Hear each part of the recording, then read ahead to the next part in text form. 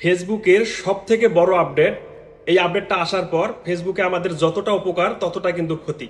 দেখুন, আপনি যখন আপনার ফেসবুকে কোনো কিছু পোস্ট করতে যাবেন, সেটা ভিডিও হতে পারে, ছবি হতে পারে, আপনার এখানে যদি এআই লেভেল অফ এই অপশনটা অলরেডি চালু হয়ে থাকে, তাহলে আপনি কিন্তু আমার মতো বিপদে পড়তে পারেন। অনেকে কিন্তু অলরেডি বিপদে পড়েছে।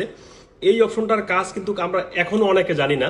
আমি আজকে সংক্ষেপে আপনাদেরকে বোঝাবো কেন এই অপশনটা দিয়েছে, এই অপশনটার কাজ কি। বর্তমান এআই এর মাধ্যমে কিন্তু অনেক রকম ছবি ভিডিও আমরা ক্রিয়েট করে থাকি, সেগুলো ফেসবুকে আপলোড করি, বিভিন্ন রকম সোশ্যাল মিডিয়াতে কিন্তু আমরা আপলোড করে থাকি এই এআই এর মাধ্যমে। এর কারণেই ফেসবুক কিন্তু নতুন একটা অপশন যুক্ত করেছে, এআই লেভেল অফ।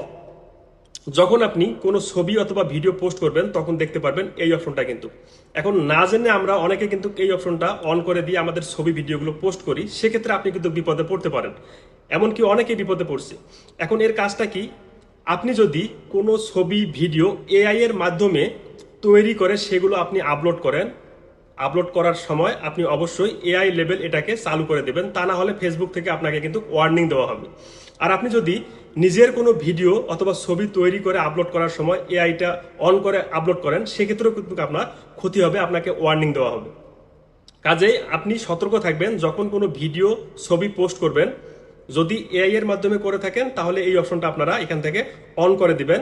আর যদি এআই এর মাধ্যমে না করেন, আপনার নিজস্ব হয়, অবশ্যই এই অপশনটা আপনারা অফ রাখবেন। এটা যেহেতু ফেসবুকের নতুন আপডেট, আমরা অনেকে এখনো জানি না।